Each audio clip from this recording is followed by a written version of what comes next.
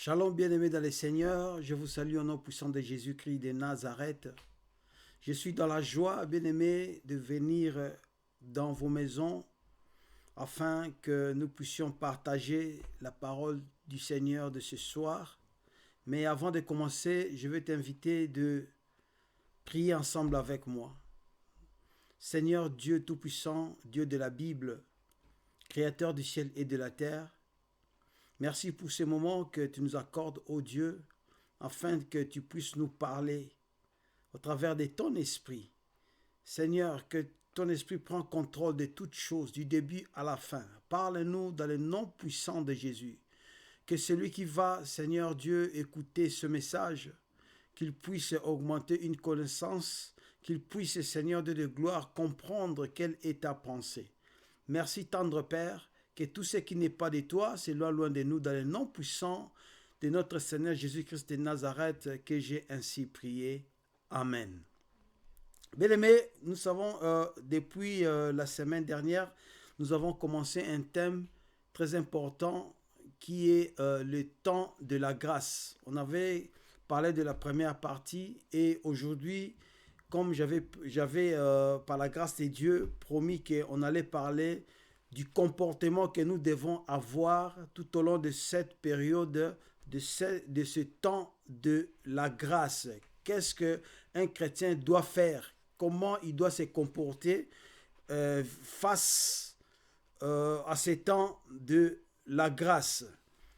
Nous allons ouvrir, bien-aimés dans le Seigneur, nos Bibles dans le livre de Actes des Apôtres, du chapitre 2. Nous allons lire 3 versets, bien-aimés. La première lecture, nous allons la faire dans Acte 2, à partir du verset 40. Acte 2, verset 40. Et la deuxième lecture, ça sera dans le livre de Romains, chapitre 12, du verset 1 au verset 2. Et la troisième lecture, nous la ferons dans 1 Jean, chapitre 2, du verset 15. Je fais la première lecture, Actes des Apôtres, chapitre 2, du verset 40. La Bible dit, « Et par plusieurs autres paroles, il les conjurait et les exhortait, disant, « Sauvez-vous de cette génération perverse.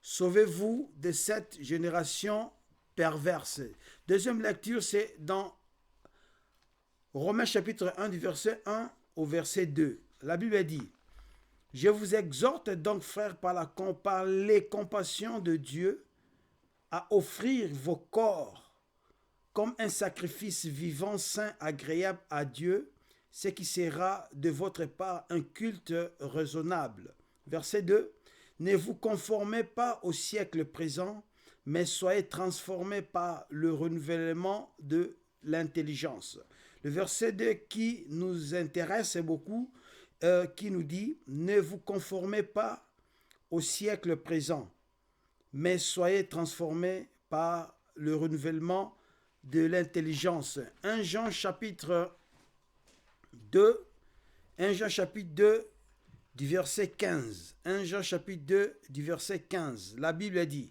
« N'aimez point le monde, ni les choses qui sont dans le monde.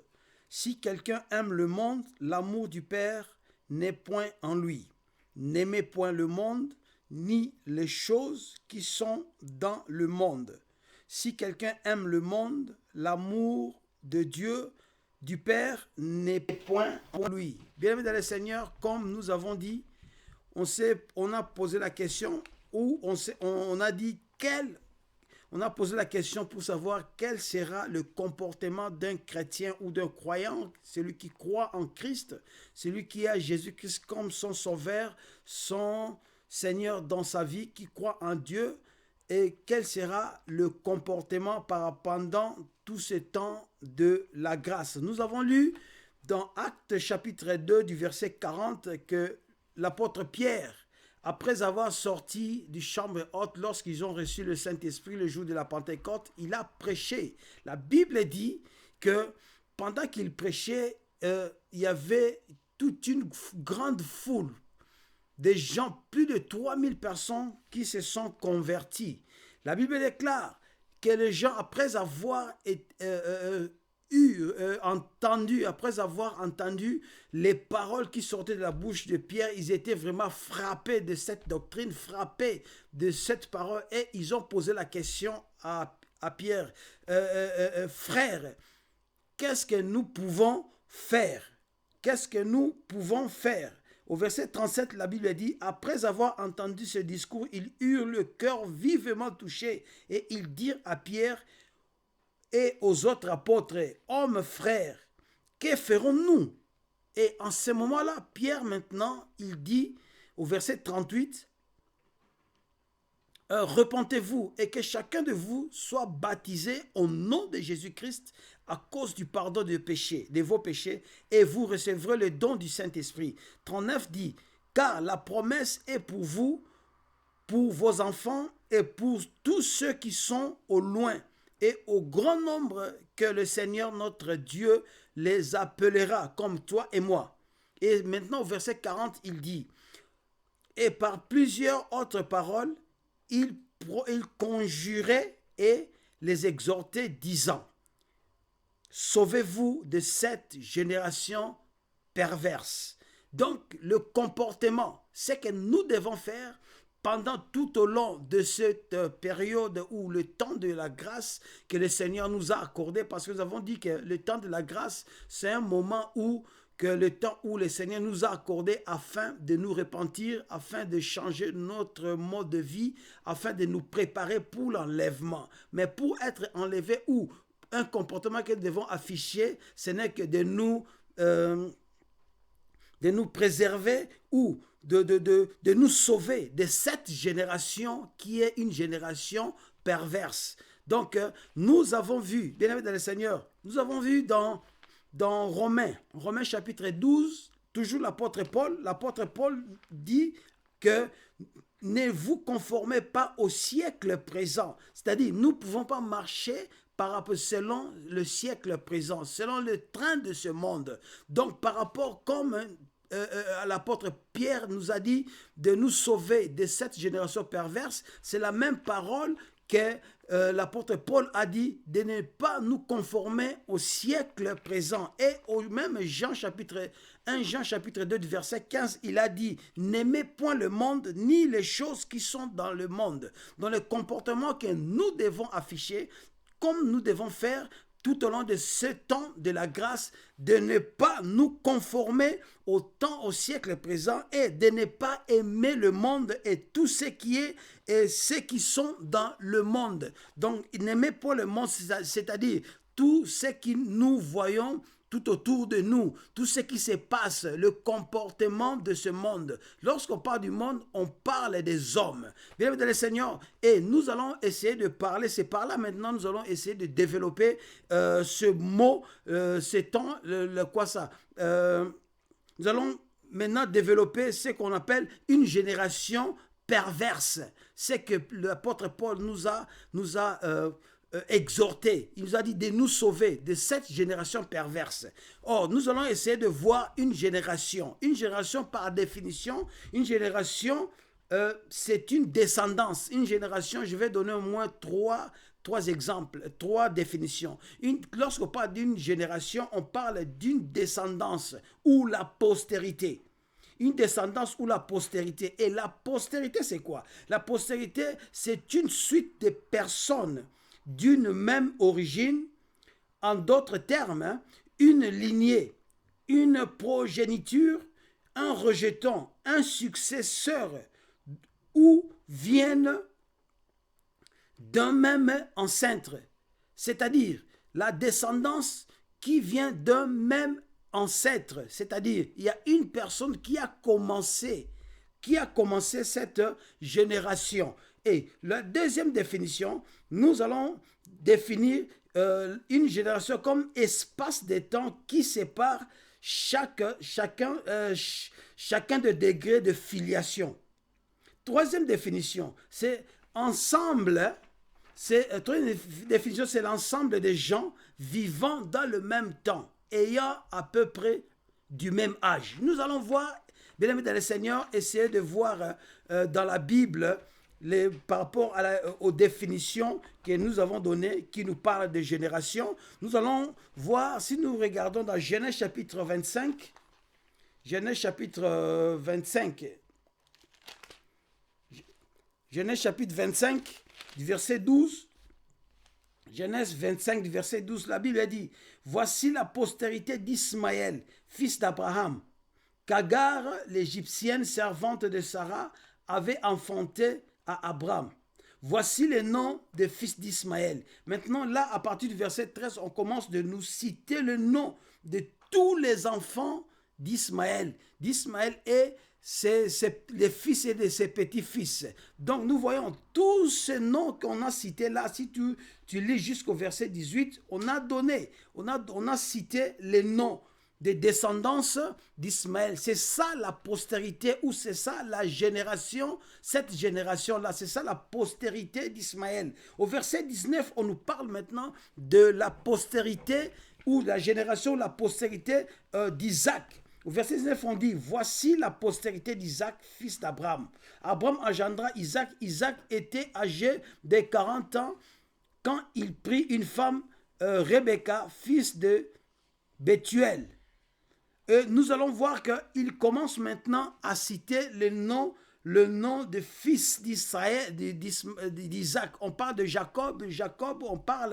On va parler de la descendance des fils de Jacob. Le fils Jacob avait eu 13 enfants, pardon, mais on parle que de 12 enfants, c'est-à-dire les 12 tribus d'Israël. Et ces 12 enfants ont eu des enfants, et des enfants, des petits-fils. Et aujourd'hui, on nous parle d'Israël. Et maintenant, Israël, la nation qu'on nous parle d'Israël, c'est la descendance ou la génération. C'est la génération de Jacob, la génération d'Isaac, la génération d'Abraham. C'est ça une génération, c'est ça une postérité. Donc Israël que nous voyons, c'est la postérité qui ont un même ancêtre qui est Abraham. Tous sont sortis d'un même ancêtre qui est Abraham. C'est ça qu'on appelle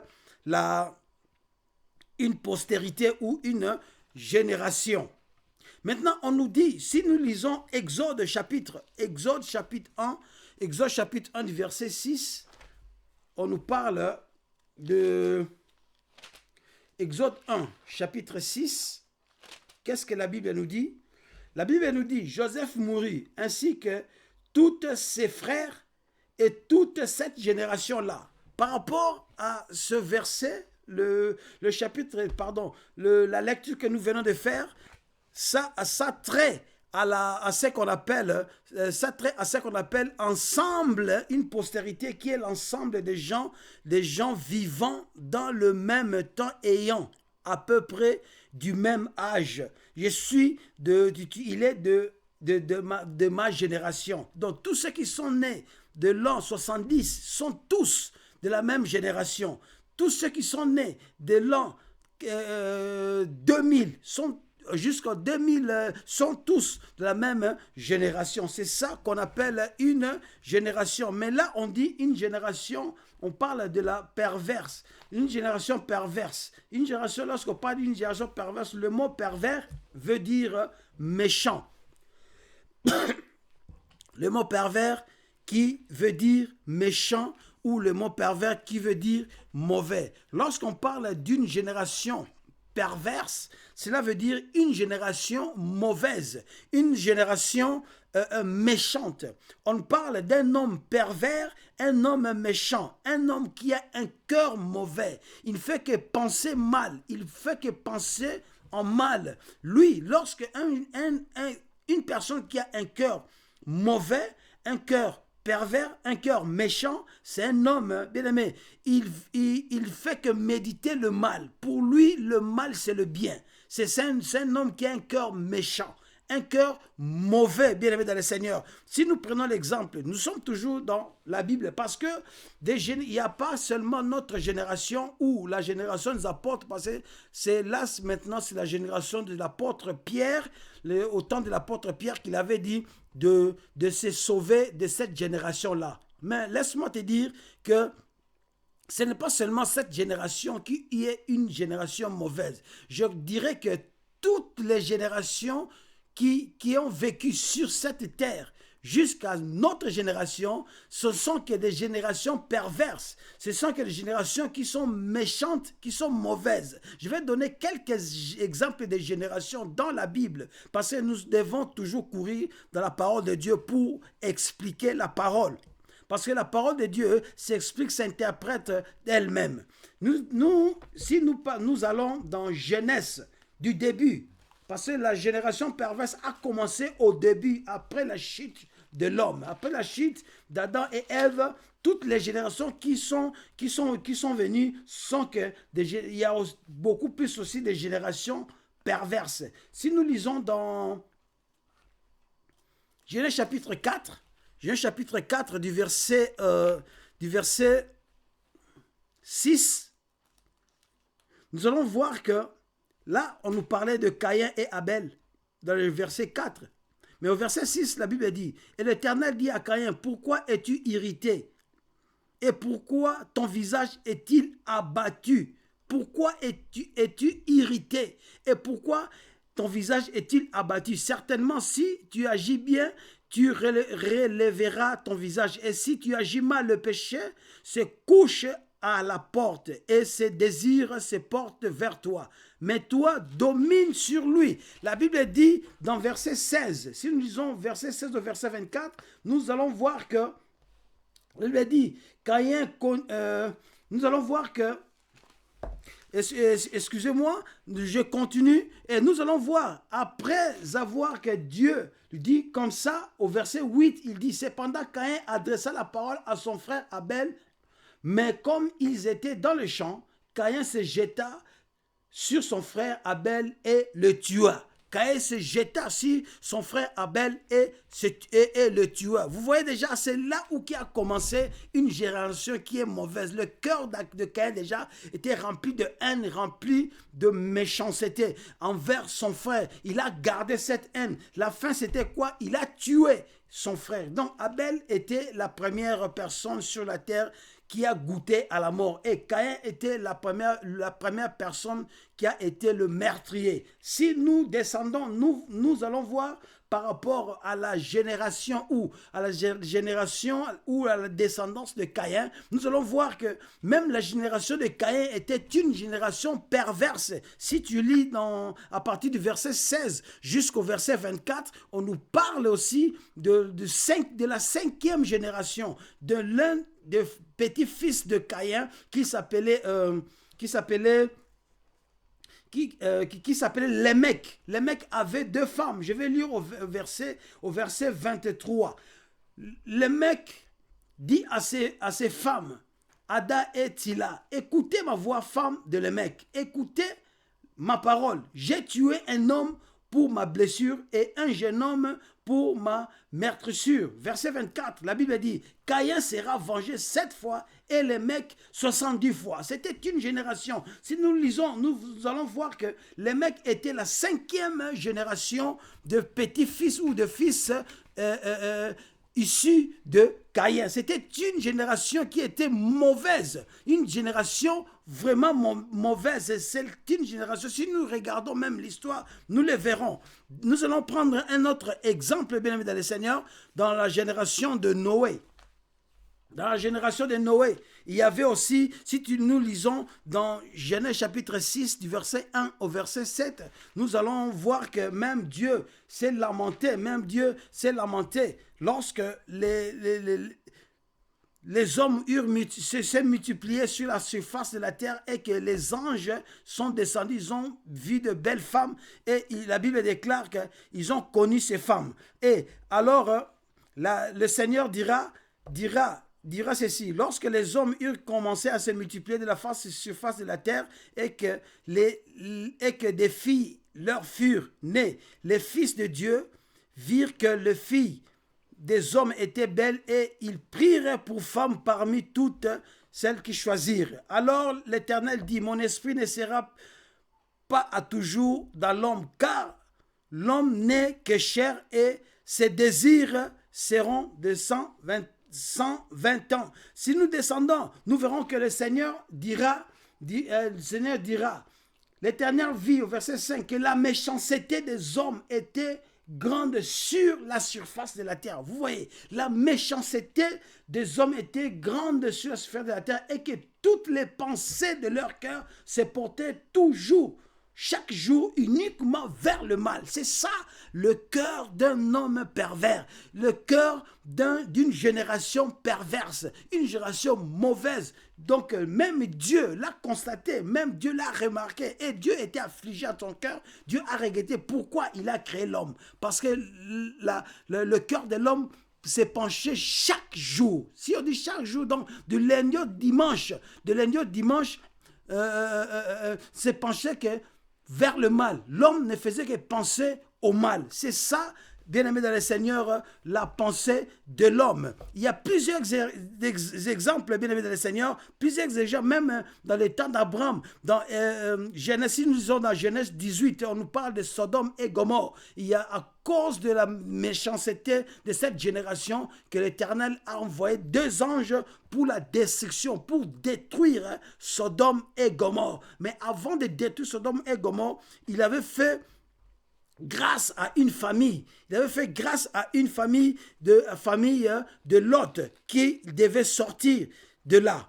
Et même dans la génération de Moïse, si nous lisons dans Exode chapitre 3, du verset 7, le Seigneur dit, les cris de mon peuple m'ont parvenu, les cris du peuple d'Israël m'ont parvenu à l'oreille, à cause de l'oppression, de ceux qui oppressent leurs oppresseurs. Donc voilà pourquoi je suis descendu moi-même pour les délivrer. À cause de quoi? À cause de la méchanceté. Parce que si nous lisons au chapitre 1, nous verrons que le roi a eu un cœur mauvais par rapport à Israël et il commençait maintenant à les maltraiter. Il commençait maintenant à les persécuter à cause de ce cœur mauvais.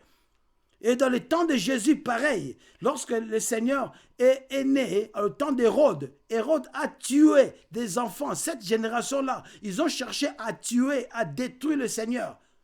Et même dans les temps des apôtres que nous avons lus, bien évidemment, Seigneur, il y a beaucoup de versets. Il y a beaucoup de versets qui nous parlent d'une génération perverse. Et maintenant, l'apôtre Pierre nous exhorte, il nous dit de nous débarrasser, de nous sauver de cette génération. Une génération mauvaise, une génération qui est une génération perverse.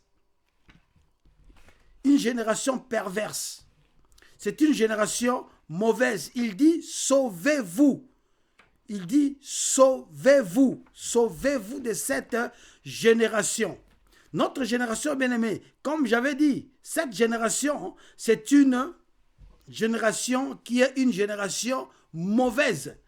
Lorsqu'on parle, on nous dit c'est sauver. C'est sauver, c'est garantir. De se sauver de cette génération, c'est-à-dire de se retirer loin de cette génération, précipitamment, ou prendre la fuite. C'est ça qu'on appelle se sauver, qu'on dit se sauver. Donc se retirer précipitamment, prendre la fuite, s'enfuir, s'éclipser, s'échapper. On se sauve lorsqu'il y a un danger. Or, nous sommes dans un monde qui est un monde mauvais, un monde méchant. J'avais dit qu'un cœur, c'est l'homme qui rend une génération, c'est l'homme qui fait qu'une génération soit une génération mauvaise ou perverse. C'est le diable qui excite le cœur des gens afin que les gens puissent continuer à penser en mal. Cette génération, bien-aimé du Seigneur, que nous sommes en train de vivre dans cette génération, du jour au jour, bien-aimé du Seigneur, l'homme est en train de penser comment détruire ce monde. Nous savons tous, bien-aimé du Seigneur, comment le monde était avant et jusqu'à présent, combien les choses sont en train de se passer. Quelles sont les choses qui sont en train de se passer? Il y a beaucoup de choses, bien-aimé du Seigneur. Il y a beaucoup de choses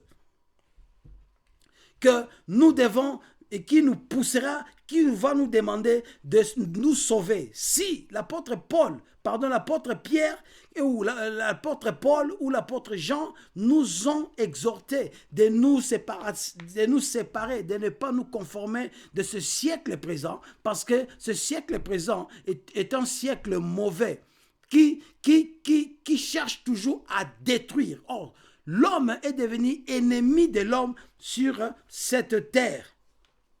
C'est l'homme, bien-aimé dans le Seigneur, c'est l'homme qui est devenu ennemi de l'homme sur cette terre. Mais pourquoi se sauver? Pourquoi il faut se sauver? Il faut se sauver parce qu'il y a un danger.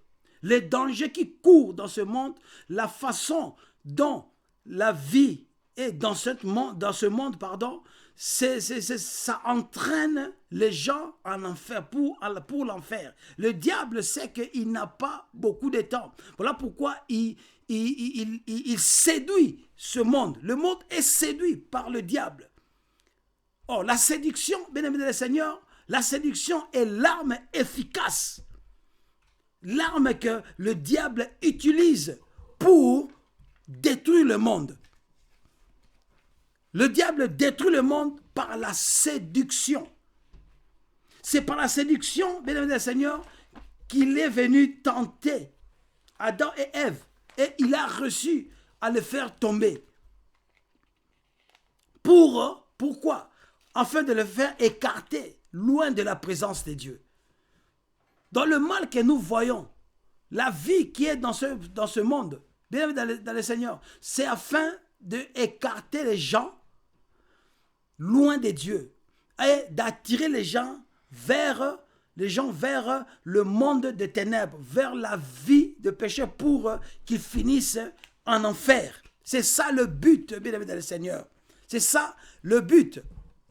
Donc, comme je disais, la séduction, bien-aimé dans le Seigneur, c'est la séduction qui fait que cette génération soit une génération séductrice. Si nous lisons Matthieu chapitre 24, dans Matthieu chapitre 24, nous allons voir que le Seigneur nous a parlé de ça.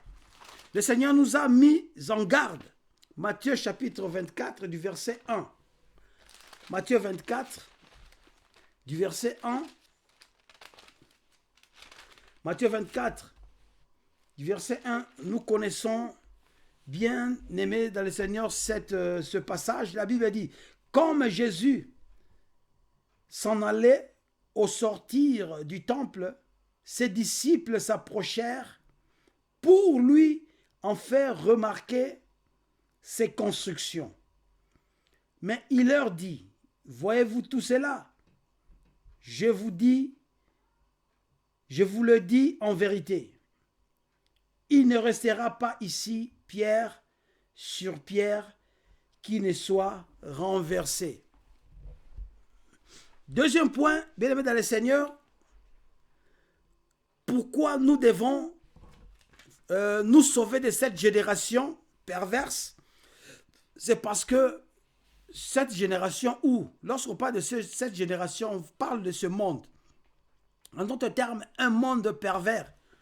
C'est parce que ce monde sera détruit. C'est parce que ce monde sera détruit. Comme nous avons lu dans Matthieu chapitre 24, du verset 2, le Seigneur dira aux disciples que voyez-vous tout cela, c'est-à-dire tout ce que vous voyez, toutes les belles constructions, il ne restera pas, il dit, en vérité, il ne restera pas ici pierre sur pierre qui ne soit renversé. Il parlait de la destruction totale de cette terre. Le Seigneur parlait aux disciples de cette destruction totale, bien évidemment, le Seigneur, définitive, que ce monde sera mis en destruction, sera détruit le dernier jour. Si nous regardons aussi, encore, bien aimé dans le Seigneur, dans le livre de Daniel, si nous lisons livre de Daniel, Daniel 9, du verset 24, la Bible dit, 70 semaines ont été fixées sur ton peuple et sur ta ville sainte, pour faire cesser les transgressions et mettre fin au péché pour expier l'iniquité et amener la justice éternelle, pour sceller la vision et le prophète, et pour oindre le saint des saints.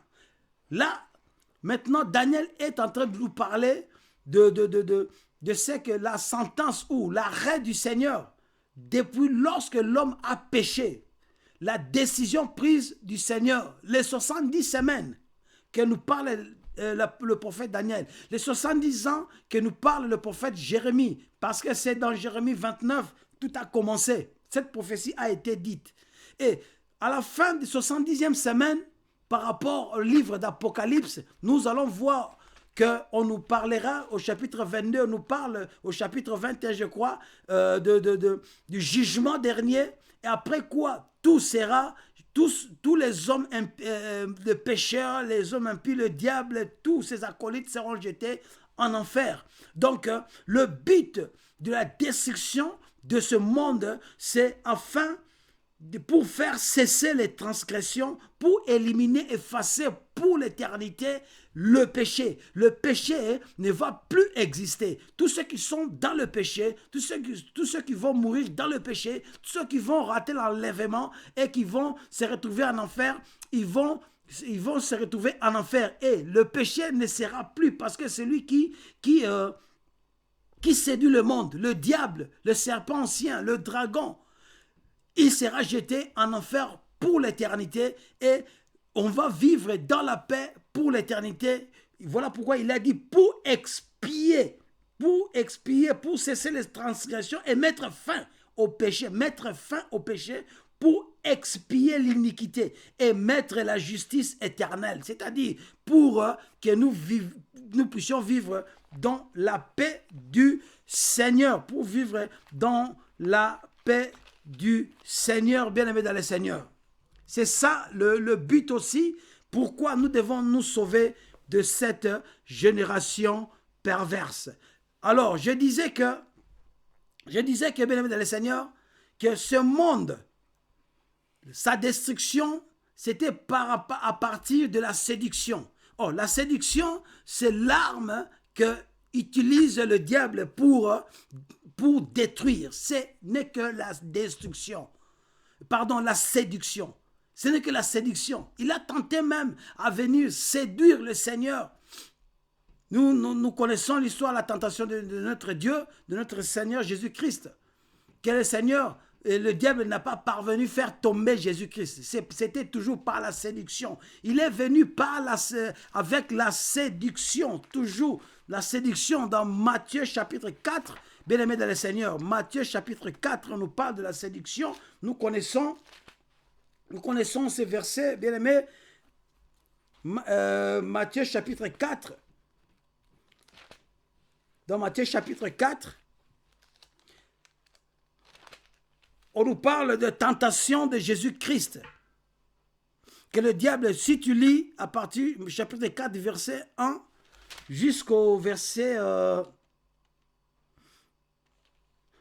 11, nous verrons qu'on nous parle de cette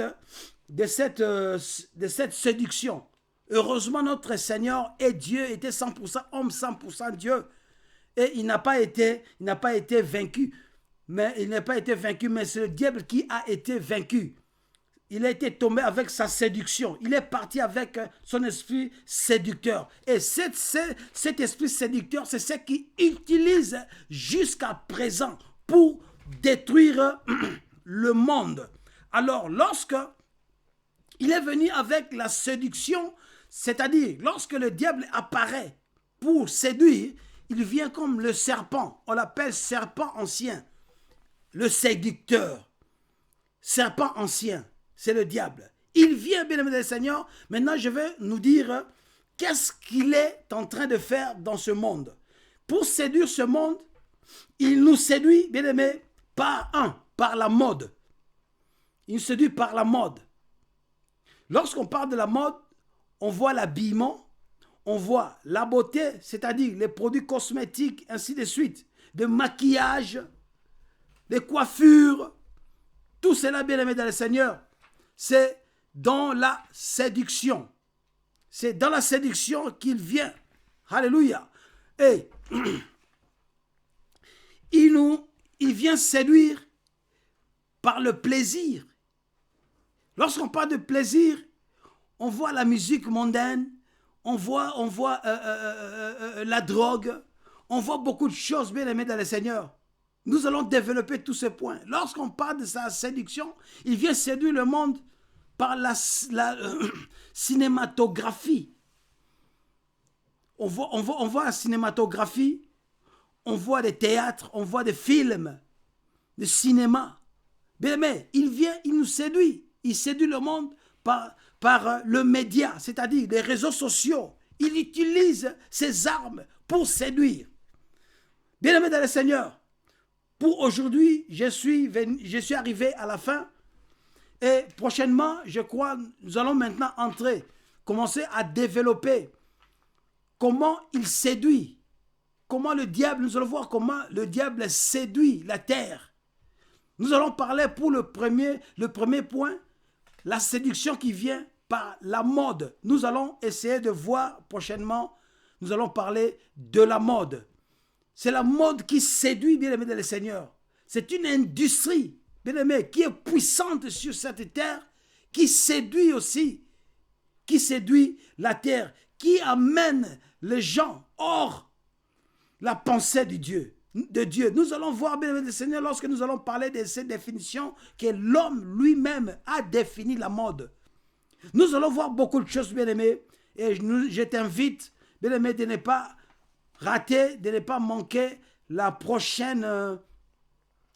prochain message. Ça sera maintenant pour entrer en profondeur maintenant dans voir la séduction du diable. Je suis arrivé à la fin. Je vais prier afin de clôturer, bien aimé dans le Seigneur. Nous allons prier. Seigneur Dieu Tout-Puissant, Dieu de gloire, Dieu de la Bible, toi qui es le commencement et la fin, merci Papa pour cette ouverture de l'esprit que tu nous as permis aujourd'hui de comprendre par rapport à la génération, par rapport, Seigneur, au monde pervers. Laisse que, Seigneur Dieu, mon frère qui a écouté cette parole, qu'il soit béni, et que la prochaine, Seigneur, séance ou le prochain message que tu vas nous parler par rapport à la séduction, que l'arme efficace, l'arme qu'utilise le diable dans ce monde pour la destruction de ce monde, que nous devons nous débarrasser, nous devons nous sauver, ô Dieu Tout-Puissant, que tu puisses nous permettre à comprendre cela. Et que je sais que, Seigneur, beaucoup seront délivrés, beaucoup seront, Seigneur Dieu, guéris, beaucoup vont se retrouver, vont reprendre une meilleure vie afin de marcher devant ta face. Seigneur, bénis mon frère, bénis ma soeur qui a écouté cette parole. Dans le nom puissant de Jésus que j'ai ainsi prié. Amen. Que le Seigneur de gloire vous bénisse abondamment.